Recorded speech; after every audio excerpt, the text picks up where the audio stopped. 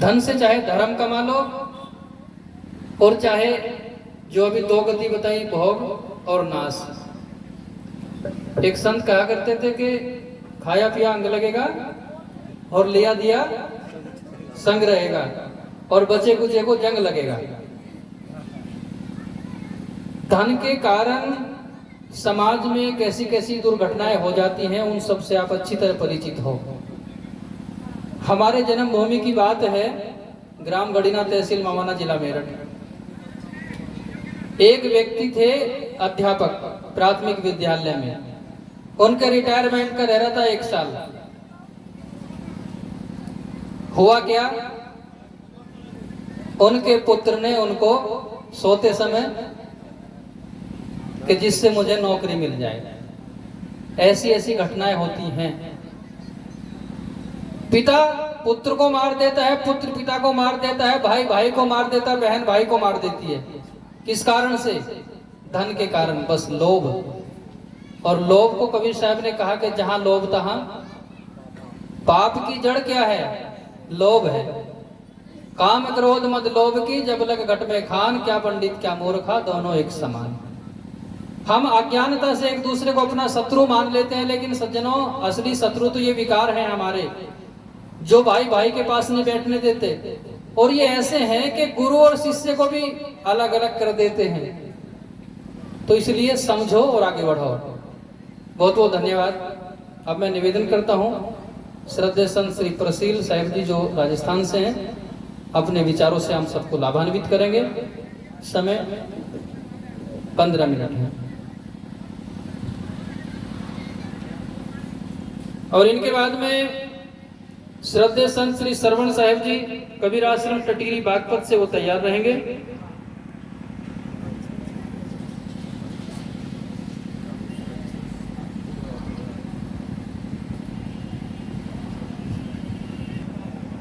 सभी भाई बहन मिलकर के एक जोर से जयकारा बोलेंगे। बोलिए संत संगनाथ सदगुरु कबीर साहेब की, संत समाज की, भक्त समाज की, सच्चे दरबार की, मानव धर्म की।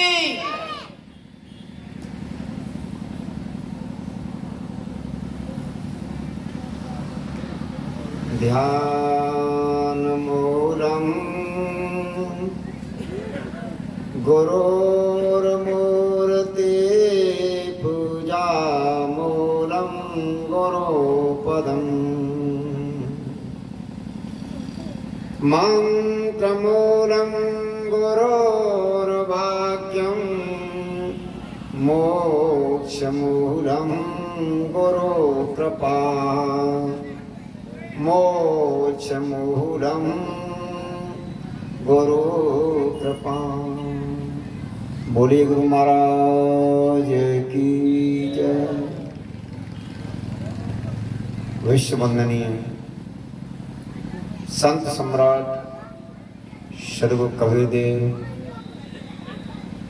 पूजनीय संत समाज,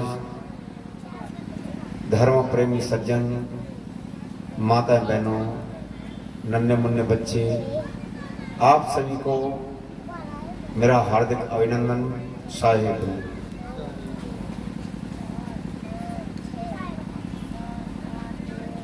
आप सभी यह एक दिवसीय सत्संग जो कबीर आश्रम के निर्माण के आयोजन के रूप में रखा गया है, श्रवण कर रहे हैं। संतों की मधुर वाणी, सत्यवाणी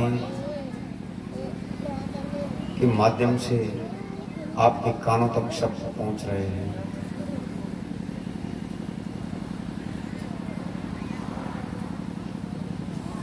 मानव धर्म की जय हो।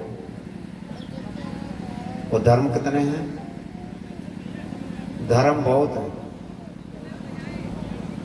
करीब विश्व के अंदर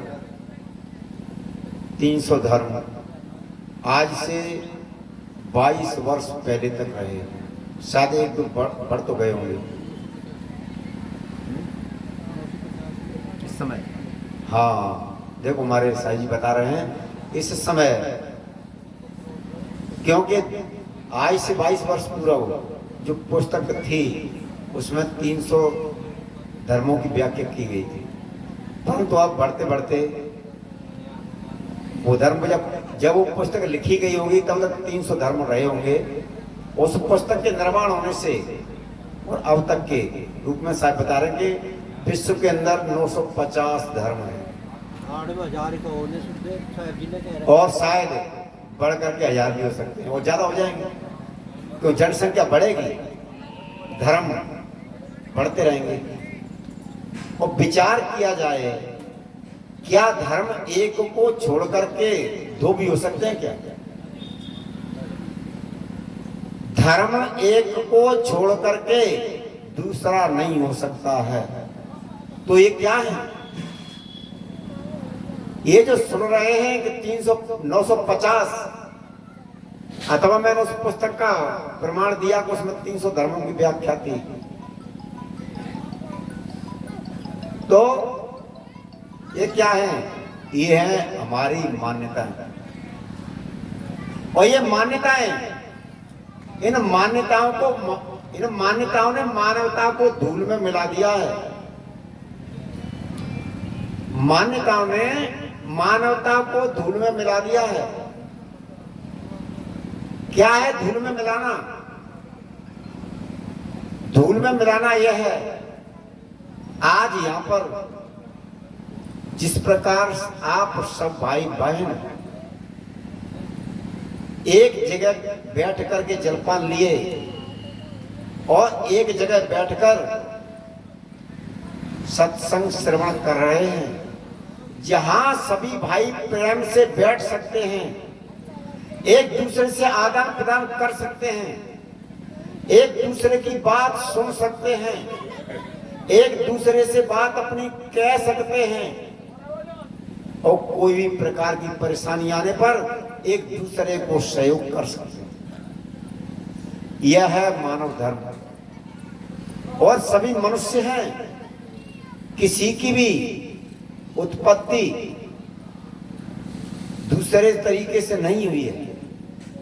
परंतु यदि हिंदू धर्म की बात कही जाती है तो हिंदू धर्म में जो पुराणों में व्याख्या है, हनुमान जी कान से पैदा हो जाते हैं, राजा कर्ण कान से पैदा हो जाता है, बाली बालों से पैदा हो जाता है, कुंभज ऋषि कुंभ से यानी घड़े से पैदा हो जाते हैं। और अलग अलग तरीके से पैदाइश है। शायद उन्होंने व्याख्या की होगी पुराणों में, तब ये गर्भाशय शायद ब्रह्मा जी के सिर में होगा।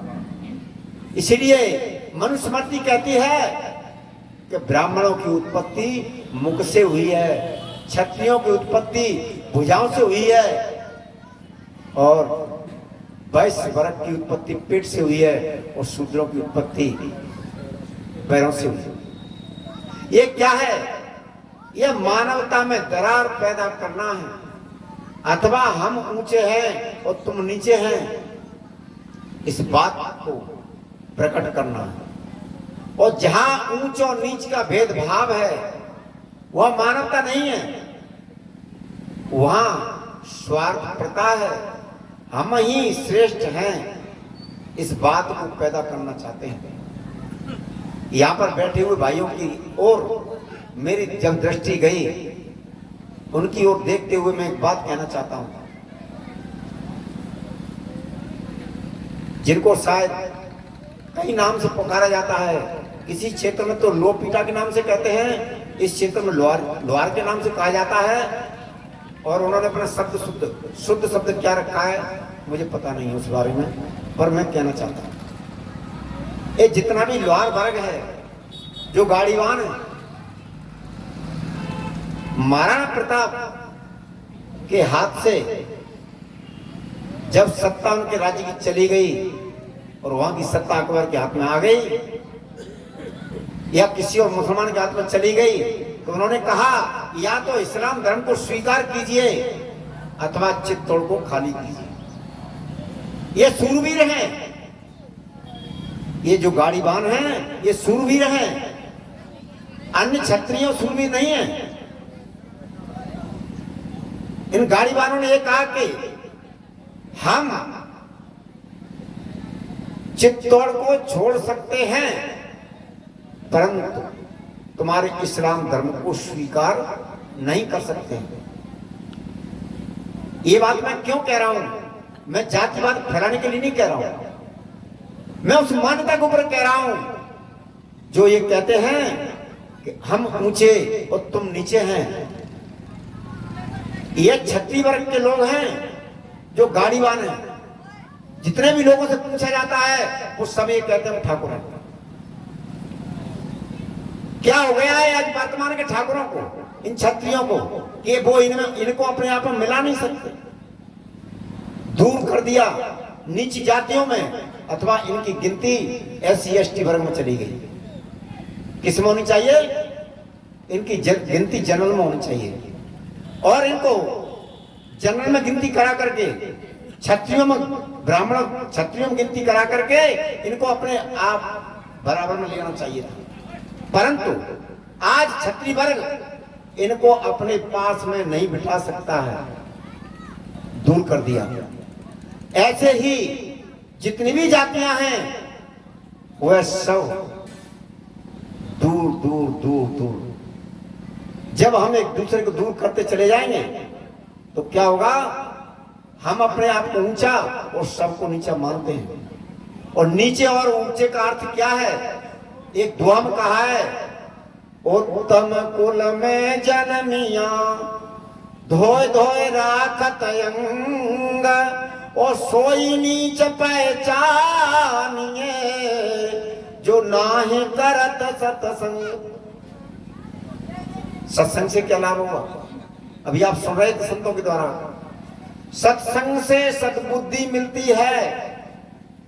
सद्बुद्धि मिलती है तो आदमी सदकर्म करता है, और सदकर्म करता है तो जीवन सुख होता है, सद्विचार होते हैं मनुष्य के अंदर में, तो ऊंचाई की ओर चलता है। प्रेमी सज्जनों, साधु कबीर का नाम जितने भी महापुरुष हुए हैं उन सब के अंदर प्रथम श्रेणी में गिना जाता है। जितने महापुरुष प्रथम श्रेणी के हुए हैं संत महात्मा, अरे बच्चे हो, शोर ना करो, शांति से बैठ जाओ। मैं तो ये कहता हूं, बच्चे और दिल के सच्चे और लगते हैं कितने अच्छे, पर उद्यम ना किया करो। अब बच्चे बैठ जाओ। तो बात यह है, साधु कबीर की यदि प्रमाणिकता है, साधु कबीर की प्रमाणिकता है, संतों में भी है और आध्यात्म के इतिहास में भी है, अथवा भौतिक इतिहास में भी है। ये क्यों है?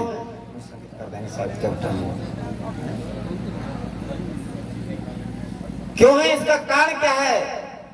साधु कबीर साई ने वो विचार दिए समाज को, साधु कबीर साई ने वो विचार दिए समाज को। कैसे दिए? हमारे अभी साई जी पुण्य के बारे में बोल रहे थे, दान के बारे में, कि खाया पिया अंग लगेगा और लिया दिया संग चलेगा, और धरे धराए में तो जंग लगेगा। इसलिए दान पुण्य बैकुंठ खजाना, और सड़े गले नहीं होए पुराना। प्रेमी सज्जनों, साधु कबीर साई ने ऐसे विचार दिए। साधु कबीर साई ने कहा,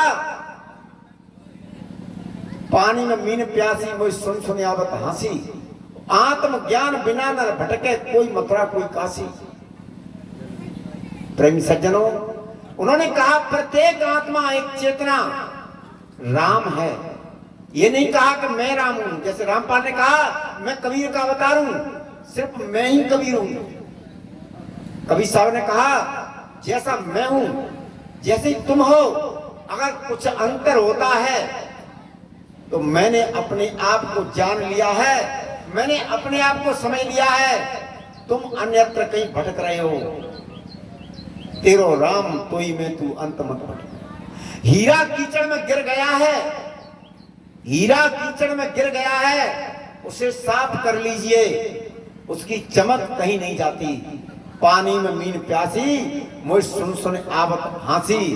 आत्म ज्ञान बिना न भटके, कोई मथुरा कोई काशी। प्रेमी सज्जनों, ये शब्द, ये सदगुरु कबीर साहब के विचार, ये सदगुरु कबीर साहब के विचार ऐसे एक साथ प्रखर होते चले गए, क्योंकि कबीर साहब जब इस भारत भूमि की नगरी काशी में जन्मे, आज एक साथ हिंदुत्व पर जोर है, उस काल में इस्लाम पर जोर था, और काशी जैसी नगरी में ब्राह्मणों का गढ़ था, आज भी है। पुणे काशी वाले एक लेख मैंने पढ़ा, मेरे व्हाट्सएप आया, काशी वाले कह रहे हैं वो ब्राह्मण वर्ग अथवा ब्राह्मण वर्ग में वेश धारण किए हुए संत कह रहे हैं कि दिल्ली में जो राजधानी है वो काशी में आनी चाहिए, दिल्ली में जो राजधानी है वो काशी में आनी चाहिए। और देश की सत्ता कैसे चलती है, ये संतों के हाथ में काम होना चाहिए। क्या करना चाहते हैं? काशी करवट जैसा, काशी करवट में क्या किया जाता था? मौत का कुआं। जो काशी करवट लेगा वो स्वर्ग में जाएगा। अंग्रेजों ने बंद करा दिया इस कुएं को। जो काशी करवट लेगा वो स्वर्ग में जाएगा शरीर के सहित। पर उसमें क्या होता था? जैसे काशी करवट ली और वो व्यक्ति वहां गाड़ा से लगे थे, गड़ासों से कट कट के गंगा में हाड़ मांस पूरा चला जाता था। एक ऐसा यही एक अन्याय नहीं, न जाने ऐसे कितने अन्याय। सदगुरु कबीर कहते हैं, जो तोरा को ब्राह्मण कहिए, प्रका को कहिए कसाई, धर्म करे जा जियो भजतो अकर्म करे मोरे भाई। और जो तोरा को ब्राह्मण कहिए, प्रका को कहिए कसाई। प्रेम सज्जनों, बात तो आ जाती तो रुका तो जाता नहीं है, अंदर से आती बात वो कहना ही सार्थक है। सदगुरु कबीर कहते हैं, कहे बिना मोह राह न जाई, और ब्रही ले ले कुकुर खाई। एक तरफ तो ये कहा जाता है ये धर्म है, और दूसरी तरफ कहने वाले उसी काम को करते हैं, तब क्या होता है? प्रेम सज्जनों, यह नारा उसी वर्ग का है, गो हत्यारे को फांसी हो। पर मैं आपको वीडियो दिखा दूं, गो हत्यारे को फांसी हो, और कहीं किसी से धोखे से किसी के खेत में गाय चली गई, उसने गाय को उसके डंडे से गाय मर गई, और जब से नारा लगा के गो हत्यारे को फांसी हो, तब से न जाने कितने गरीब लोगों को मार दिया गया पीट पीट करके। पर मेरे पास वीडियो है, और ये वीडियो मैंने न जाने कितने लोगों के पास भेजा है। एक मंदिर है, लाल और सफेद कपड़े पहने हुए ब्राह्मण वर्ग पूरा का पूरा उस गाय को काट रहा है, और काट करके अपने सिर पर रख करके मंदिर में ले जा रहा है। क्या कहा जाएगा इसको? ये मान्यताएं, इन मान्यताओं के पीछे न जाने कितने लोगों को कितना कष्ट दिया गया है। और हर धर्म यही कहता है, या तो मेरी बात को मानिए, और तुम मेरी बात को न मानोगे तो मैं तुमको जिंदा नहीं रहने दूंगा। सभी धर्मों की ऐसी कहानी है। प्रेमी सज्जनों, सदगुरु कबीर एक ही बात कहे, मानव धर्म है, इस मानव धर्म को हमें सबको अपनाना चाहिए। मानव धर्म की चर्चा मैंने की, सब एक जगह बैठ सके, सभी एक जगह, सभी सबकी बात को सुन सके, सब सबके गले प्रेम से मिल सके। या नहीं, कुत्ता के लिए बस 1 मिनट सिर्फ, कुत्ता के लिए कार है, कुत्ता के लिए बढ़िया गद्दा है, कुत्ता के लिए थाली भोजन है। गरीब आदमी के लिए न थाली है और न ही कार है। क्यों?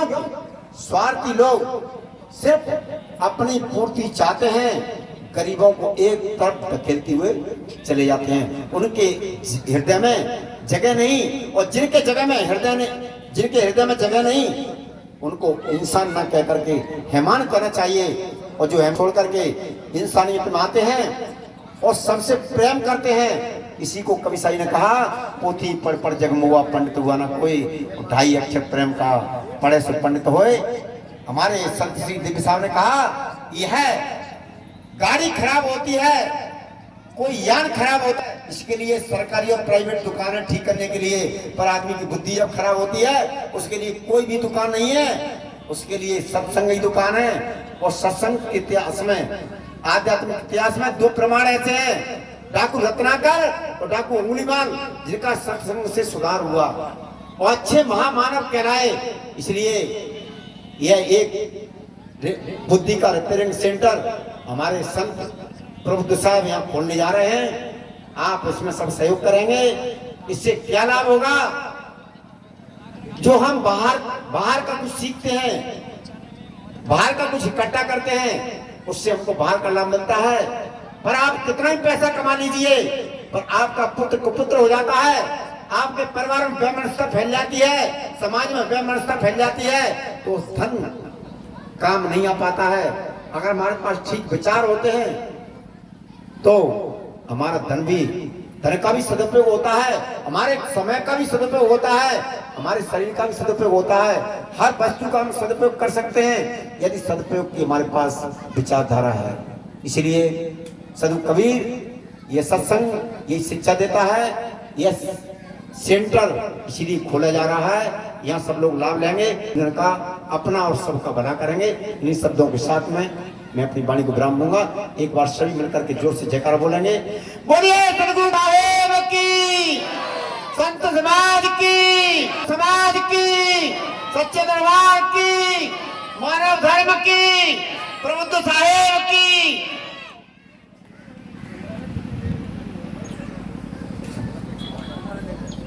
सुन रहे थे श्री प्रसिद्ध साहिब जी को।